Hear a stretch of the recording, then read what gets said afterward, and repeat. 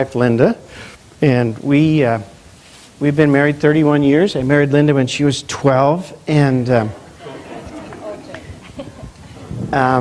I asked Linda out when she was 15. I asked her to go to a hymn sing with me, which I thought was romantic of me, and she said, "Well, let me think about it. I'll pray about it." And I remember thinking, what is God going to say? No? Like, don't. And so that's how we started a long time ago. I'm the only guy Linda's ever dated, and my closest friends say, "Lloyd, that's the only reason she married you, is she had no comparisons." When you see something good and you know it, you go for it. So we've been on this journey together for a long time, and I'm a real estate developer. We own and operate retirement facilities in Canada. Linda's Canadian. I grew up in Philadelphia, went to McGill University in Montreal, and so we still have our business. My partner runs it, but for some reason the Lord chose to bless our business early, and it forced Linda and I to stop and ask the question, why? Why did He choose to bless our business? And it was pretty clear to me that it wasn't just because I was smarter, or my partner and I were smarter, or more aggressive, or more innovative. I just could sense that, and maybe you feel this way in your business, that He just chose to ambush us with His goodness. And Linda pointed out to me that to whom much is given, much is expected, and so, or much is required, that someday we would have to give account for what we've been given. And the strange thing about halftime is when you realize that you have some options about your second half, you have to make up your mind. Even deciding nothing is a choice. And so it left us with a choice. Do we just keep running our business and growing our net worth and driving the next quarter's earnings? Or is there something else we were placed on this planet to do? And what would that be? And as you each know, many, many people that go through halftime are specifically called back into the marketplace because it's an outstanding platform to live the second half of your life and make a huge kingdom contribution. Others are called to do other things. Halftime is a pause at midlife to look back over your shoulder and take stock of who you are and what's gone well and not so well, and then to dream together about the next season of life and chart a course together for what God has for you next. And it's not so much about selling your business and leaving your corporate role as it is making eye contact with the Lord, getting our unique assignment from Him, and then going and doing it with everything I have, regardless of what it costs me. And I was sitting beside Mark at lunch and just experiencing what his career was like in Broadway, and the all-out commitment it took to do 3,000 full-on presentations with all the emotion over 10 years. I mean, that's just an all-out commitment. My favorite movie is the movie Amazing Grace, the story of a life of William Wilberforce, who for years and decades lived an all-out pursuit of this one calling to bring justice and stop slavery in our world, and what it cost him. And so when you and I reach halftime, Bob has kind of taught us this classic sigmoid curve, and that you and I encounter, and you're good there, kiddo. You don't have to. Yeah. Okay. And so, I came out of McGill, thought I had it all figured out, got my butt kicked around corporate America for a few years, got married to Linda, started developing real estate. We had 3 kids along the way. And now I encounter men and women around the world at A and B, and A is a lot better than B. B is when you and I drive our first half dream too long and too hard, it always turns over on itself. And so what we've been talking about these days here with Ken and Margie is that what do you do when you stop here and recognize that you've been ambushed by God's goodness and allow Him to reinvent you or I along the way? And this red thatched area is halftime. It's a journey. It's a detox process of letting go of some things so that you can pursue some other things that are even more important. Most successful couples reach this point in life and inadvertently drift into our second half. We have plans for where we're going to live in the summer and the winter. We have plans for our finances. We often have plans for our hobbies. But when I ask folks, what do you think your spouse's biggest dreams are? Very often that's just not something we've talked about. Or what is your calling and how do you get behind each other's dreams? And so what we wanted to do in this short time together is create a conversation about, regardless of where you are in this journey, how do you really get on the same page together about what God has for you in this next season of life? Very often, this is the convergence of our biggest dreams and deepest fears. Our dreams are that we could go on this intimate adventure together. Some of the fears are, what's it going to cost me? How is this going to disrupt what I've been working towards all these years? And so for Linda and I, this meant lots of disruption. And now you're way over there. Okay. So let me show you one little interesting thing first, and then we'll just talk about this. I was doing an event like this up the coast in Newport Beach, and before I got up, I was sitting at a table like this, eating dinner, and I asked the guy beside me, "What do you do during the day?" And he said, "Well, I draw." And I said, "Well, that's interesting. How did you get into that?" And he said, "Well, my dad was a drawer. His name was Bill Keene." He said, "My dad's name was Bill Keene, and you might know he drew the family circus." And he said, so I said, "Well, what have you been drawing?" And he said, "Well, Lion King, Pocahontas."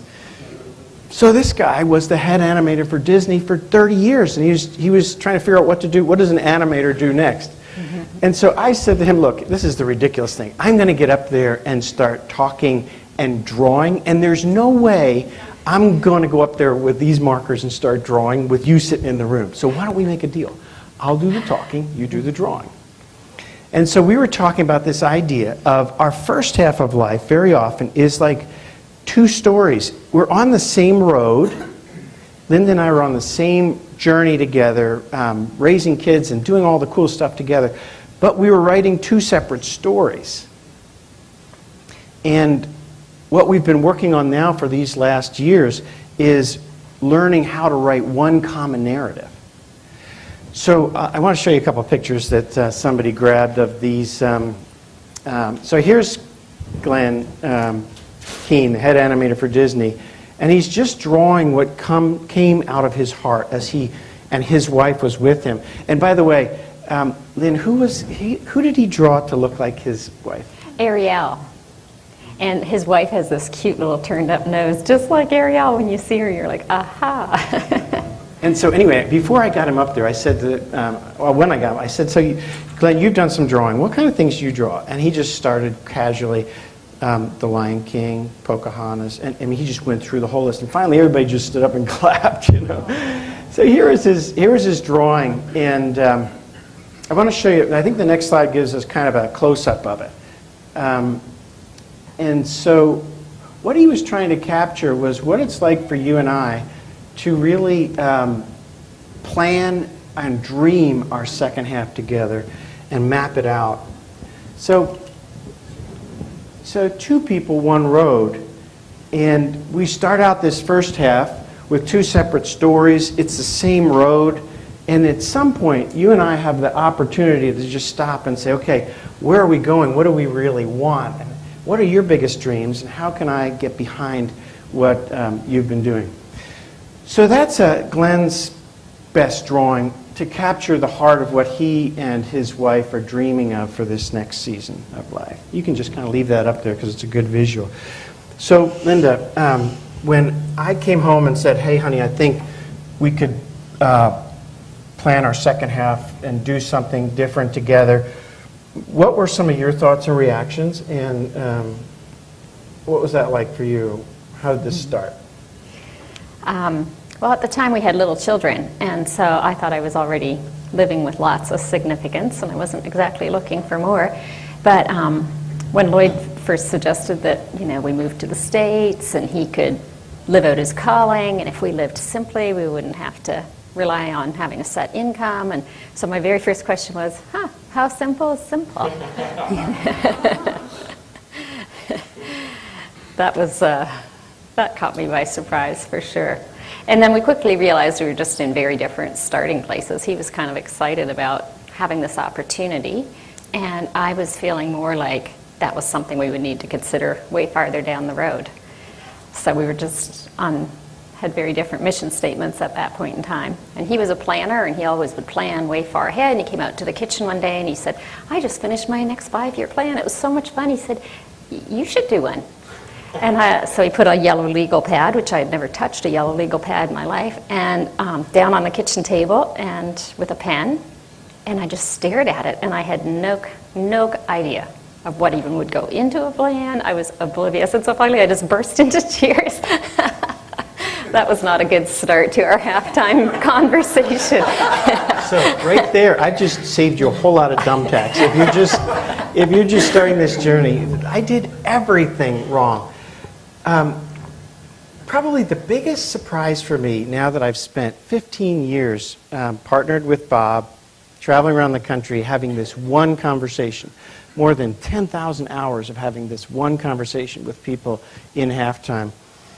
The biggest surprise for me has been that the most fulfilling thing for a successful Christian man in their second half of life isn't his business, it's not his calling, it is instead to help his spouse discover her calling and really flourish in living it out. And I would have never thought that. If you told me that 10 years ago, I wouldn't have believed you. And yet I've watched it in our lives because I'm part of this journey with so many people. And it's just absolutely true. If I were starting this conversation again, instead of coming home and saying, hey, honey, you know what? I think God's blessed us. I want to make my life count. I want to do something that's going to change the world.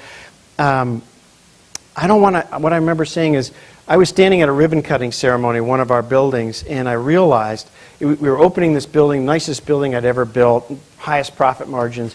I realized in 100 years, this building is going to be torn down.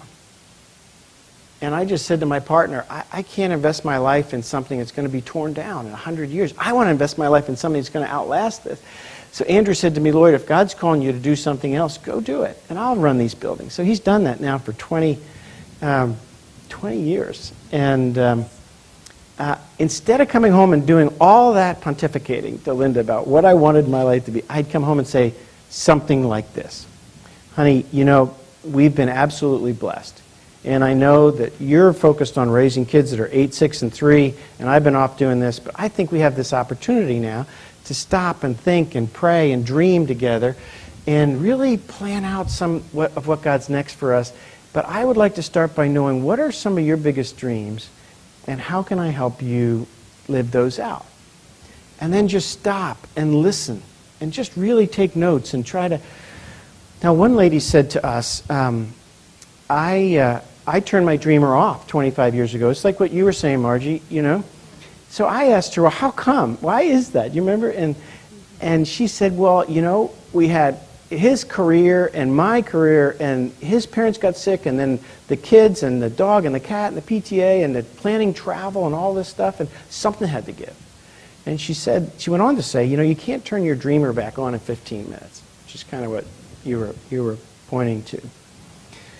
So we started this journey together, and over the years I've said to Linda, let's just be learners. Let's listen carefully, because we have the privilege of leading weekend retreats with couples like this and the Halftime Couples Institute. Let's really be learners together of this journey. So I want to put some ideas out, let you think and talk about it together, have a big conversation together.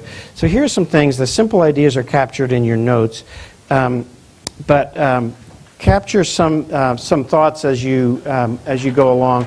So this is kind of the first big thing, like Glenn Keane was trying to capture. Here's how I would draw this if I were, now that we've had time to really think about this more, is that you and I have this opportunity to go from writing two separate stories, or our stories, to writing our story. and from writing two stories to one common narrative. And so sometimes this journey is the road's over on Linda's side, and sometimes the road's over on my side. But we know each other's calling at this point, and so after Linda did that thing where I gave her the plan and said write out a mission statement and all that, which was a stupid idea, then later I asked her, well, honey, what if you took time and just drew a picture of what you'd love to do? If you could do anything, if the kids were gone, you could do anything the rest of your life, what would you do? So describe the picture that you drew.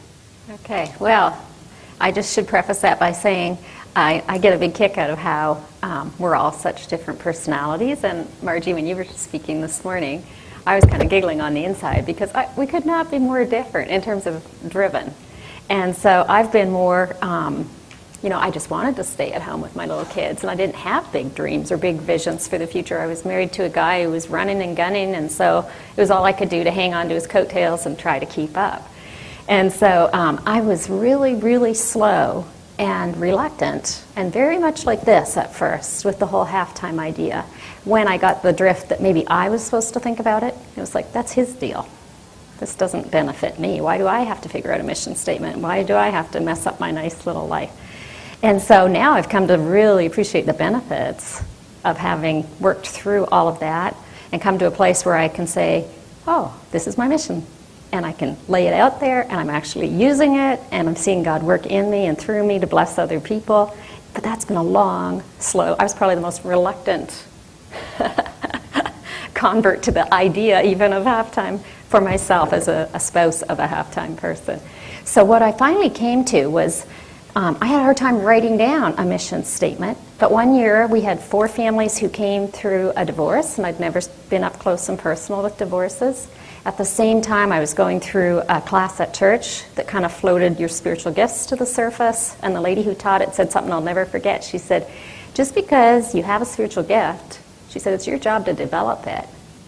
And I was a part-time dental assistant and a stay-at-home mom, and up popped shepherding and mentoring and teaching and all these. I was like, oh no, I don't have a teaching degree, I will never do that sort of thing, I'm not qualified.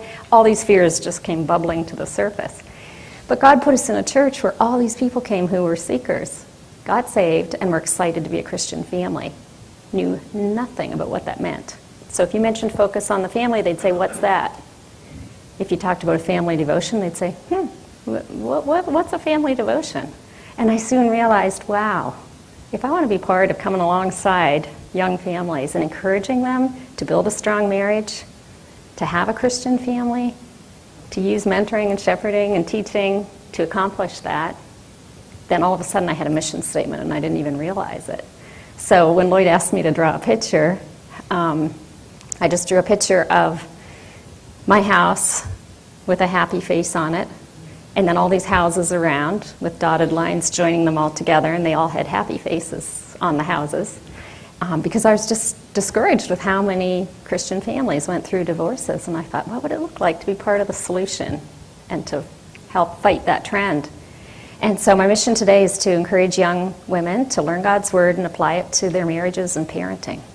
And it's not complicated, but just going through that process, which took me a couple years to be willing to do it in the first place and then to figure it out what it is, has opened doors that I never would have dreamt that God would open. It's just been amazing. And then with having the chance to talk to couples at the halftime institutes and to do what I do with Lloyd, that has helped me with what I do with moms when I get up and speak to groups of women at home or work with MOPS or different things. And so they've both really been a benefit. So I think to start with, you felt like a mission statement was confining, and then it was a little bit scary because if you put it down, then all of a sudden it's got a life of its own. I was a little nervous because I thought, okay, if I commit to writing it down, someone's has the right to come along and say, oh, that mission statement, how's that going? And I didn't feel really very qualified. I had a ton of fears and obstacles I had to work through first, but God is very kind, and He doesn't worry about us being slowpokes sometimes, and He gave me the time I needed to figure it out. So here's kind of a model that I wanted you to jot down a little bit. As we've watched and observed and listened over the years to how couples do this, and watch what really works well. We see 3 different models. So you got a box in your first page of your notes. Just jot these down in the box and then put some notes beside. These are 3 ways that we see couples go through into halftime. And one's not better than the other, but they're very different. So one model is, so you should find space, a little box inside your message. Everybody have a copy of the message note or handout? If you don't, just put your hand up. Pardon me? I'm not sure. Maybe just poke around, Jan, and see what you find. She handed them to you right before we started. Yeah. Oh, no, don't worry. We'll be fine. You can grab notes on just write it in if you got a blank pad there. All right, so here's 3 models for how to do your second half. The first one is where you are pretty clear that your interests are very different. So Linda's mission is to mentor young moms so they integrate God's wisdom into their family. It changes the fabric of their family and brings harmony. And if you go to momsmentoring.com, you'll find her tribe of women all live around us on Lake Norman in the north part of Charlotte so that there's proximity. And she gets them together every month, and the curriculum's built around what their big topics are, and it's all interactive. And then they come over to our home and have dinner. And so that's what she's doing, young moms. I'm working with a totally different group of people. So one model is if you have totally different interests, you're going to need to make sure that you stay really connected as your kids go off to school and scatter and your roles change. You know, when your kids leave for school and college, and your job descriptions change, right? And it changes a lot of things. And if Linda and I haven't built interests, and if we don't have some common ground, we're going to end up drifting apart, which is what I see a lot is Christian couples who are roommates on the way to heaven. And so instead, it's really important for me to know what Linda's calling and passions and interests are, and to make a deep internal commitment to simply put her interests ahead of mine for these next 30 years or however God gives us. And it's also important for her to know what my calling is so she can be behind it and she can bring wisdom into my life and she can see problems that I'm about to encounter or weaknesses that I haven't shored up or that I need people around me for. So I spend 4 days a week working on halftime, and 1 day a week in my schedule is just a Linda day. I cross it off. It's just called a Linda day. We just spend the day together hanging out. Weekends are family and fun and tennis and biking and sailing and church and stuff, small group. So that's one model. Another model, and that's where we really started, was 2 separate worlds, and it took us a long time to figure it out. Second model is where you have some specific areas of overlap, but you also have separate interests. And this begs the question, where do your interests overlap, and how much time would you spend working on stuff together? And then the last is, we've had couples say to us that we've been apart for so long, he's been on the road or she's been on the road growing our business, or we just want to do whatever we do together in this next season of life. And that's a great thing. But it's going to involve some compromise. You're probably going to need to create a little bit of a life outside of for yourself outside of that so you don't suffocate yourself in that role. Okay, so those are 3 models. Just jot those down in your notes, and then we'll talk a little about that at your table. So I want to just get Bob and Linda's journey as well. And you guys, are you comfortable talking from there, or would you rather just talk from here? What's better? Yeah. Okay. So why don't you guys come up and so you all know this right from the start, but we certainly don't have this figured out. And I know Bob and Linda wouldn't say they got it all figured out. So what we're just doing is priming the prompt for our conversation with some of the lessons we've learned, some of our observations, and some big questions. This one? Left hand or right? Okay. So, Linda, I know you can pass on any question that I ask you. Okay? That's our deal. What I've had the privilege of watching alongside Bob is how you've really understood him and supported him in what he was doing, even though it probably seemed crazy for a business guy to start selling his company and doing this other ministry stuff. So what have you learned along the way? Thank you.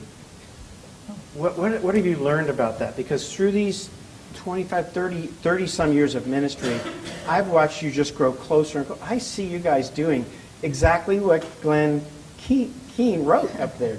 Don't you feel like that? Well, we've just been married 52 years. It seems like we would know each other pretty well. Halftime was just so gradual for me that I hardly realized it was happening. Am I doing something wrong? No, sure. A little closer. Let's go ahead. Oh. Bob always did things alongside his business, and it just slipped up on me when he finally sold his company, because he had, for years while he was buying TV stations and running things and chasing money at banks and all of that, he was teaching Sunday school, he was working at a camp and East Texas, and had small groups, and just had so much going. Started a group within YPO for Christians, and I just thought this was another thing.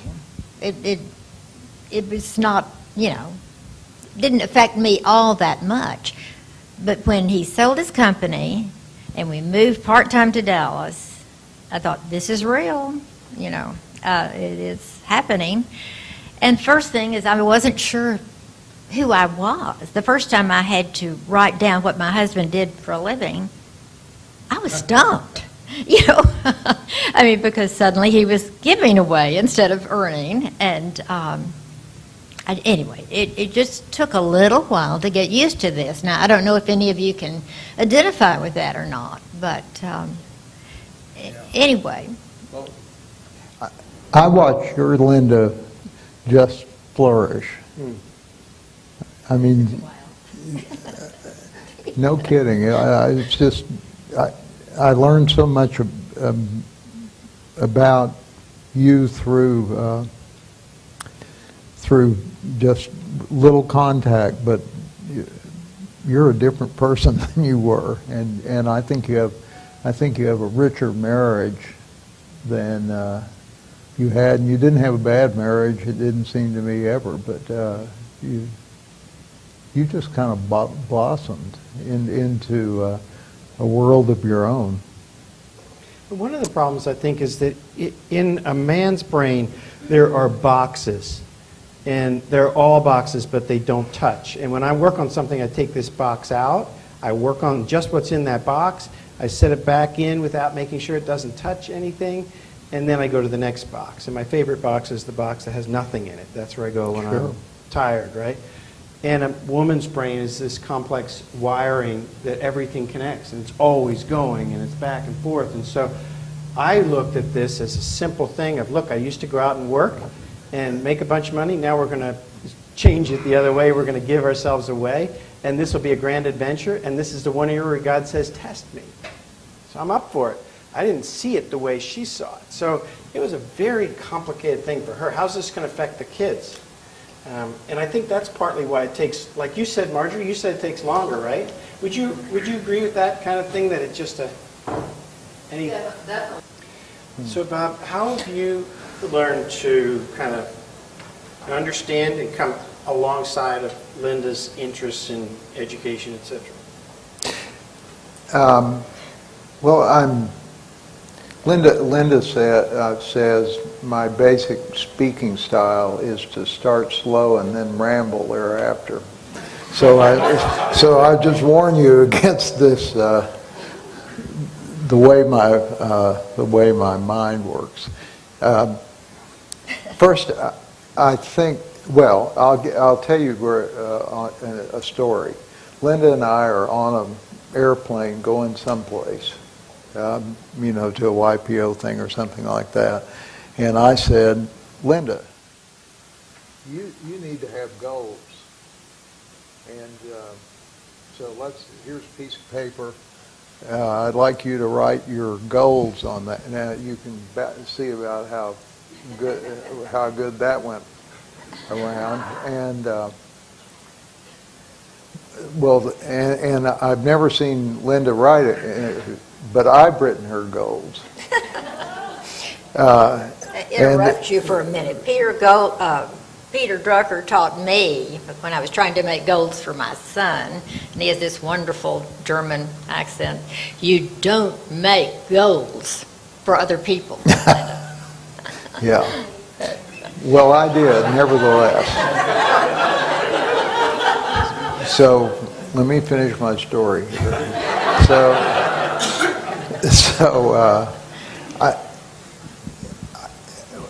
And it kind of bumps a bit over what Marge said too. I think the thing I see in Linda is what kind of person she is.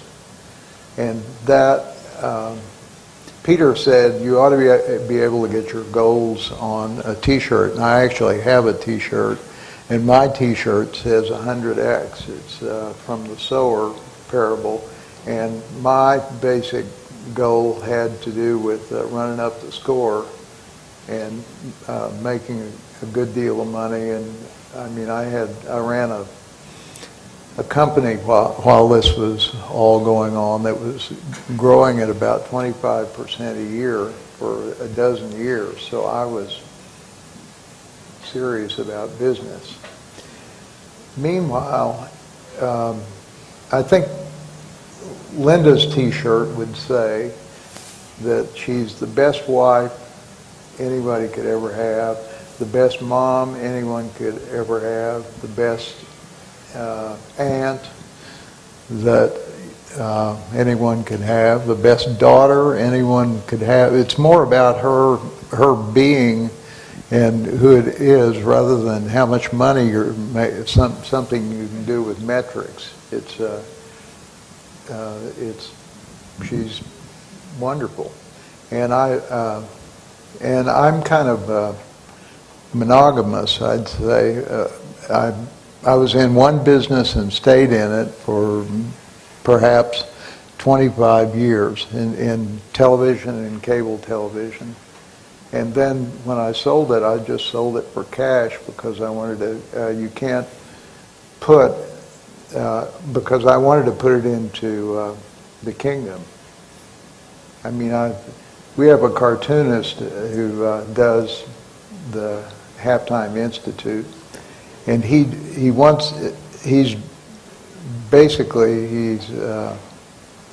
tries to get to the essence of what you're saying in a picture, like that picture we just saw. And his most recent picture for me is a picture with the words across the top, basically accumulation, or he didn't put it that way. What would you do? Pour it in. No, he said pour it in, and then out the other end of the pitcher is poured out.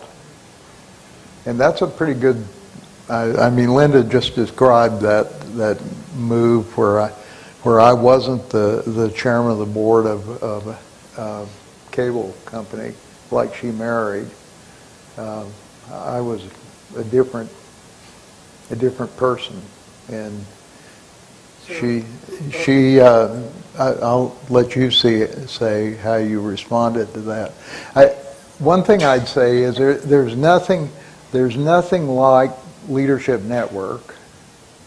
It's just, we find the smartest people in building very large churches and let them teach one another what works in that. I don't know what works to this day, but the smart guys, when you put them in the room, do figure it out, and their learning curve is about like this. I don't know anybody else who does that, so Linda can't explain what her husband does now that he's no longer out chasing deals. And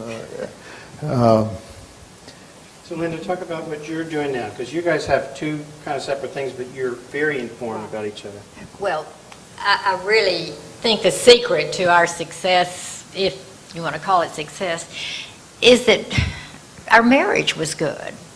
It really was. And even though I didn't exactly understand what Bob was doing at the time, I understand when he needs something and he needed to do this, and you want to support him. Well, I think he wanted to support me, but we have such different gifts, and he calls what I do taking care of kitties and puppies, but they're actually children, disadvantaged children who, need a good education, or I work some with the Salvation Army, and I have a little fund that is fun. I sold a painting, or we sold a painting, and he gave the funds to me to start a Communities Foundation account. So I never ask him what he's giving to, and he never asks what I'm giving to. That may sound so far into what the way you all are, but I appreciate it. I mean, I have total freedom to find what I love and want to support financially. And the one thing we have in common, I think, is that we both respect leadership so much.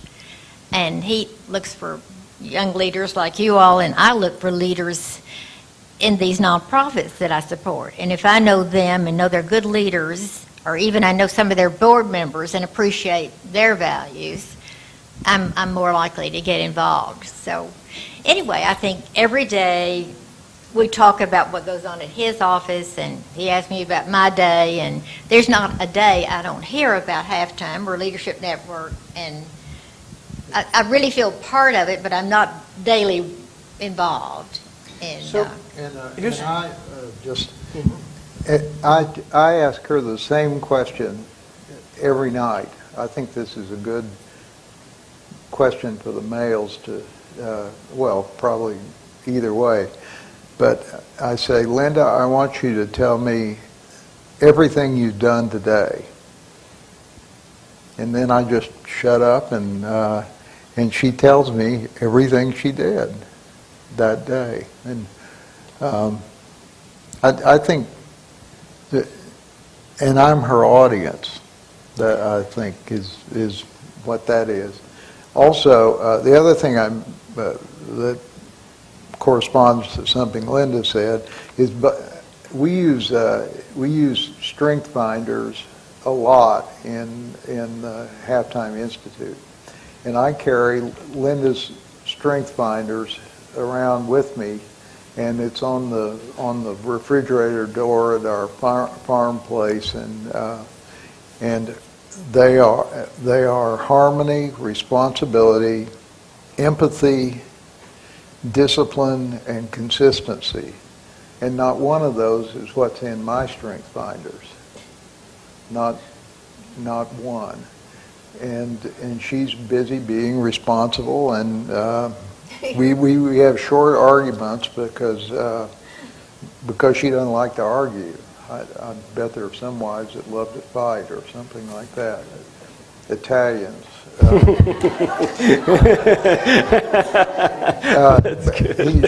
She's wonderfully empathetic with everybody we have any relationship with. She's in what they're thinking, not what she's thinking. And my strength finders are two that are kind of entrepreneurial in nature, and three that are almost contemplative.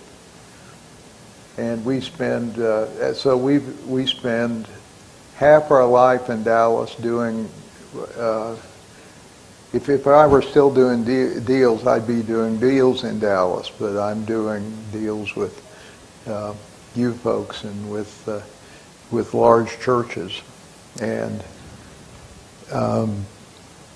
well, what I want to do here is just sort of get you a chance to just talk about this now, because we put a bunch of ideas out on the table, a few stories, neither of them right or perfect or anything remotely like that. Some challenges, some obstacles, as you can see, and some of the mistakes I made, the sort of dumb tax I paid, and yet the Lord can work through all that, and you can have this wonderful adventure. So here's what I'd love for you to do, is take some time to talk at your table about two things. Which of these models best relate to you? You know, as you just look at it, do you envision this next season of your life doing separate things? Do you envision it being sort of overlap? Do you envision it being really working together? And some of you are coming from a family where both of you have had really intense careers, and that's got some implications to think through. Kathy, for example, in your deal, right? Kathy Wills Wright on my left with the green sweater. She spent her first 20 years or so in Washington and in a career, both Bush White Houses, and then as a deputy director for the faith-based initiative under the Bush administration. And her husband is a director of wellness at the Health and Human Services. So those are very different careers, very different interests, both with huge kingdom impact. I mean, bringing wellness to our country, really spawning faith-based initiative. So you guys have something kind of like these two separate things going, right? Or how would you describe what you're going through as you plan this next season? So it requires a lot of communicating. All right, so here's what I want you to talk about at your table. What grabbed your heart at Glenn Keane's, Disney's version of Halftime? And what do these speak to you? What grabs your heart about these models here? Bob, you had something you wanted to add before we do. I wanted to tell just one story. One day I was sitting in my television general manager office, and my assistant, who was 15 years my senior, came in and said, you are a frightening person. And I kind of said, well, say on. Sounded like a career-limiting move, but anyway, what she said is, you are so preoccupied chasing deals that I think you're going to lose some things that are really valuable to you. And so I went aside and asked two questions. I said, is she right in that? And what are those things? What are the non-negotiables in my life? I think this is what every man should do so that you don't get sucked up in cash flow and travel and things like that. And I went from being really preoccupied with the business, which Linda supported well, to having 6 goals, 2 for family. Linda and I resolved, and this was all kind of before God too, so it got more serious. God's always been in my life. That Linda and I'd stay married, and there'd be some sparks still flying after all that time. Not one of these YPO, what would you call them? Armed neutrality is kind of the way. So I saw a lot of marriages unfold.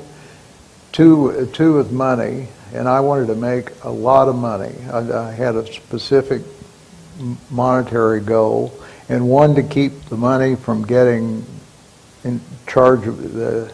Henry David Thoreau said it's the cows become the master of the farmer, and I didn't want the money to become my master. So the best thing you can do about that is to find something that transcends your own interest and put it in that. I don't think you can live with a lot of money. I really don't. I think it's very corrupting, and I've just seen divorce after our next door neighbor in Dallas. Well, it's in the paper. No names. So I'm not to tell you about Boone Pickens and his who last week Boone married his 5th wife. In his 80s. In his 80s. And she's not. All right. All right, so here's what I want you to do, is just take the next 10 minutes, talk to yourself how not to end up that way. Well, what grabs your heart of Glenn Keane's drawing of what our second half could look like is going from writing two separate stories to a common narrative, our stories to our story. And then which of these models resonates with you and you think about your next season of life? And then what we're going to do is work through some steps of how do you get from here to there, all right? Yeah. All right, take sort of 5-10 minutes and chat among yourselves about those. Your wife is generally more sensitive and smarter than you, so just take a step back and listen. There's no downside or upside to argue. Exactly, you're right. All right, so let me circle the wagons here for a second. What are some big things that surfaced in your conversation that would be good for us to talk about together? What are just some big either ahas or challenges that you see that would be worth digging deeper into? I think recognizing which model you're playing in.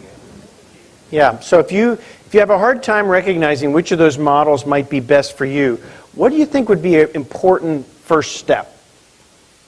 If it's hard to figure out which of those models, what do you think is an important first step? Start talking about it, and you probably have to know each other's individual callings before you can start to map that out.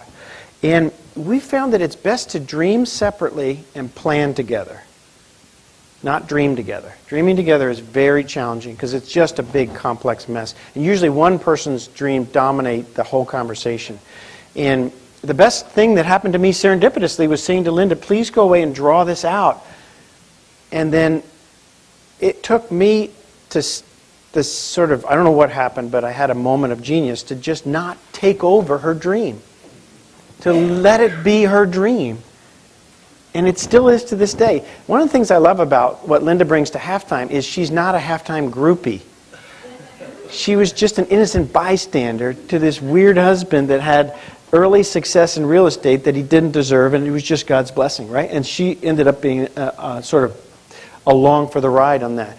But so if you look at those drawings and you say, "Gosh, how would I know?" then you've just opened up a meaningful conversation. And for those of us guys, if we can focus on listening and really understanding before we start coming up with great ideas for how we could help this all happen. Now, Linda, talk a little bit about that, planning versus non-planning, because you've discovered some things along the way about this. We were on two different sides of the stage, right? Yeah, if you envision Lloyd standing over there and me being over here, and he was very linear and analytical. His strengths are strategy, vision casting, all that sort of thing. And I was over here with the spaghetti brain, not used to that kind of planning language at all. More And relational. Not that you. She's way better student, smarter than I. I mean, I'm a solid C student, right? So it's not about brains. She's got the brains, but she's very relational. So continue, Linda. yeah, so what I realized was, I kept wishing for Lloyd to understand more of who I was and what I was feeling and all this sort of thing. And then I realized that as we talked more, I had to be willing to kind of move towards the center of the stage as I was wishing for him to come that way so that we could meet in the middle as well. And so once I stopped being so defensive and worked through some of it and knew kind of what I was interested in, then I remember going for lunch with Lloyd and he had a napkin. And he said, if I understand you correctly, this is what I hear you saying, what you'd think you are interested in. And I said, yes. And I said, but how do you, once you just, you're interested in that, what do you actually do? How do you get started doing something? Because I was used to, you go to school, you get trained, you apply for a job, once you're competent, you start that job and you give it your best. So how do you start something that you feel you're not competent for? You're kind of scared. It's out of your comfort zone. You're not sure God's going to show up. And what if you fall flat on your face? And that was just sort of overwhelming. So that's where his gifts came into play because he said, okay, if you're interested in mentoring women, he said, let me draw some stuff for you. And so he drew out what would it look like to contact the YMCA and see about teaching a little parenting class there. And mentoring 4 girls. Or he said, maybe you'd like to mentor 15 girls and not do any teaching. Or maybe you'd like to see if our church wants to teach a parenting class and mentor a couple of girls here in the neighborhood. Which one of those sounds like the most fun to you? Well, once he used the word fun, that kind of hooked me. And so I could sort of start to see that, okay, you could actually start something going. And then bit by bit, God opened a few doors here and there, and after a few phone calls, things just sort of started happening. So now, for me, just on a very personal level, Linda used to say to me, well, Lloyd, you do the big things and I do the little things. Or she'd say, you do the big potato stuff, I do the little. And I almost was tempted to believe that at one point. But I read something that Mother Teresa said, I'm a little pencil in the hands of a writing God sending a love letter to the world. And I thought, if she's a little pencil, then I'm like a stub of a pencil in the hands of a writing God sending a love letter to the world. But then it dawned on me, it doesn't matter the size of the pencil I'm writing with, it matters whose hand is writing with my life. And we've come to understand there's no such thing as a small assignment if it comes from the Lord. If she's mentoring 30 women on a given day, and I'm doing some talk in some place that seems like a big thing, there's no such thing as a small assignment if the assignment comes from the Lord. So, this is the joy. This is the part that no one ever talked to me about. That if you can only leave with one thing from this hour together, get this. The most joyful thing for me today, the most fulfilling thing for me today, is to see Linda flourishing and living out her calling. And when the road comes over here on her side, and I have a privilege to help her in what she's doing, that's the biggest thrill. So if our home is filled with young moms, and I love to cook, so I hide out in the kitchen and cook the meal and serve for them, and I hear her in the dining room, and they're laughing and they're crying. Well, the last one we did, you were talking about mother-in-laws? Yes, mothers-in-law. How to love your mother-in-law? Well, just talked about some of the challenges of mothers-in-laws and extended families. And a lot of these gals have families where they're new Christians and their extended family are not, and so they're trying to figure out all those relationships. And so we just talk about it all. All right, so most fulfilling thing for a successful Christian man in the second half is to put his spouse's interests ahead of his own. And my encouragement to you is just make up your mind to do that. And don't take over her dreams. And don't push her. And just love her and support her with the strengths you were given. Here's 3 observations if you have your message notes. Number 1, put your spouse's interests ahead of yours. Number 2, know where you're starting and talk it through. If you're going to drive from here to Laguna Beach and you entered it into your GPS, the next thing your GPS wants to know is where are you starting from? And you look at your spouse and you assume that he or she is starting in the same place. And it's just not true. Linda found that a spouse of a person in halftime starts at 8 different common places. 8 different places that are very different. One is, I'm comfortable, don't mess with my world. Another one is, I'm excited about, I've been waiting for this for a long time. I've been praying that we could really get started on the second half together. Another one is, I'm ticked off because for 25 years you've been running around the world. I've been keeping the plates spinning, and now you're going to go do some big God assignment, and I can't even argue with that. I mean, give me a break already. So those are 3 just off the top, right? Yeah. 3 very... And a guy might be... Someone coming out of a career, male or female, might feel I'm trapped, or I've just lost my platform, or I am so sick of this, I wish I could do something that would give my life more meaning and purpose. Those are 3 very different places. So second big observation is take the time to understand where you're starting from. Talk about it. And then thirdly, get clear on your individual callings. The biggest challenge we see for people living a life of intimacy and a grand adventure together in their second half is they don't take the time and courage to really get clear on their calling. If you had to write down in a single sentence right now what your calling is, would you be able to do that real clearly? That's the question. All right, so Linda and I have written the book Halftime for Couples that you can download for free. It's a 90-minute read if you haven't seen it already. halftime.org/couples. And it's a 90-minute read because we found that research shows that most guys don't read another book after college all the way through. So this one, the stories come alive on your phone. You just click it and the video shows your story. Now, in this next, if you have a handout, the next page talks about 4 important perspectives that you can bring to this conversation. what we were learning from Ken and Marjorie is the value of perspective, and nothing could be more important as you chart a course in your second half than perspective. And so one is looking inside and then describing to each other what you find. What are my dreams? What are my strengths? What are my interests? What's my calling? Looking inside. Number 2, looking around. What's already working that we can build on? And what's not working we should abandon? What are some roadblocks that we face? When I said to Linda, if we live simply, we can live on what we have the rest of our life, it played to her need for security, and she was like, whoa, how simple is simple? So now it's 20 years later. We've had the privilege of watching God show up faithfully. I just put away a 20-year financial plan that my partner and I did in 1993. It's all yellow. It's got marks on it.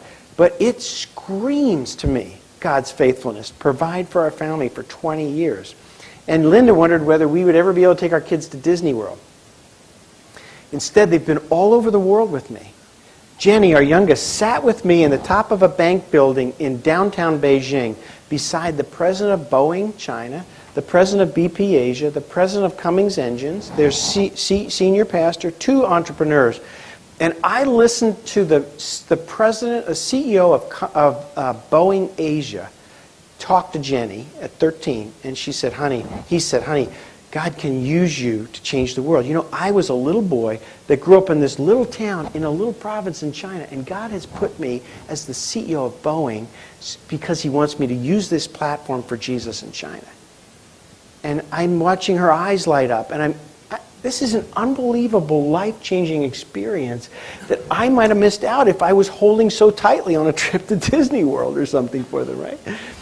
And so then the last piece is looking ahead. And that's where you want to look ahead and dream and talk about it together. One question I want to leave you with as you look ahead, and this is a question I encourage you to jot down and noodle on maybe even this afternoon. When you look ahead, it's important to dream about what you could have, what you could do, but one thing we often forget about is what we already have. Every CEO I coach, I start with this question. What do you have that's priceless, and what are you doing to protect it? And that's an important list to make together. And just answer those questions. What do you have that's priceless? And what are you doing to protect it? Because going forward, I want to really ensure that our plan together protects the things that we have in our family that are priceless. Very often, when I ask that of a CEO, his first inclination is to put his company or her company on that. And it doesn't belong on that list. Your company has a value. My company has a value. It does not, it's in the category of valuable. Everything that's valuable I have is protected. But very often the priceless things go unprotected.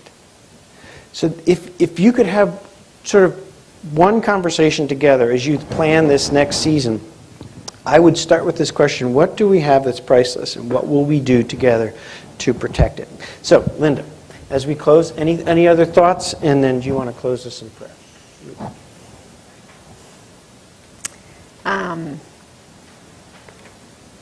Yeah. Any big questions? I mean, we could just spend the afternoon. I wish we could, because it's such a great topic, and every family, every person's so different. I guess the one thing that comes to my mind is just for those of us who've been stay-at-home moms, being a mom is a great role, and I grew up with the idea that it was sort of the ultimate thing to invest in. But I could not escape the fact that those days of being an active mom with them living at home under my roof were coming to an end. And so it's been neat to, even though it's been scary to go outside my comfort zone, one of the fun things now is for the kids to see me trusting God and pushing through to new areas that I feel God wants me to get involved in, and then being able to ask them to pray for me on days when I'm doing a talk or doing my mom's mentoring sessions or whatever, and then I get these little texts back and they're like, how'd it go, Mom, you know, and they're excited. And I didn't realize the benefit that it would be to the kids for me to have something going in my life, even though I was, you know, I taught Sunday school and we hosted life group and all those things. For me, developing my mission statement allowed me to say no to a whole bunch of good things so that I could go deeper in an area where I feel called, which I never felt before.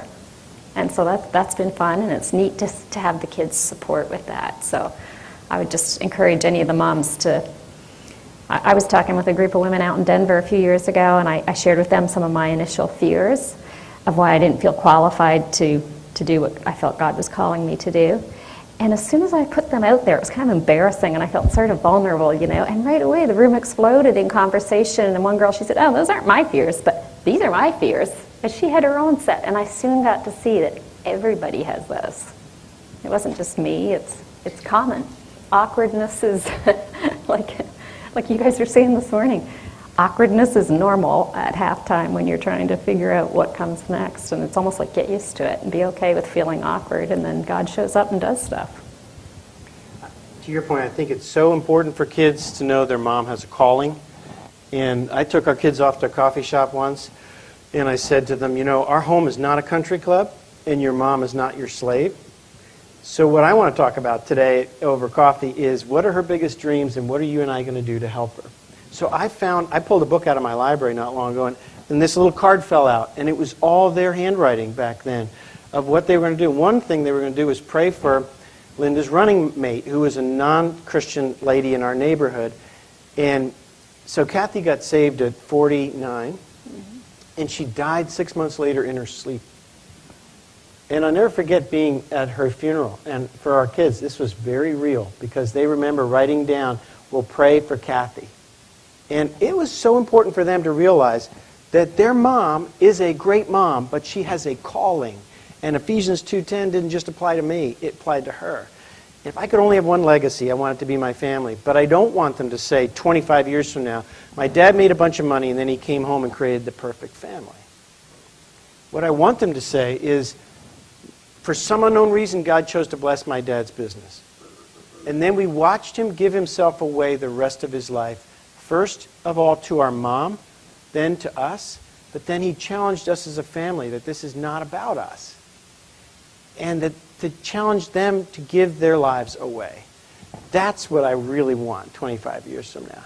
And so for me, it's really important for our kids to see modeled from me and from Linda that we each have a calling, and we've been absolutely blessed by God, and we have the privilege to serve each other as we give our lives away these next 25 years. Well, you want to close our time in prayer? Sure.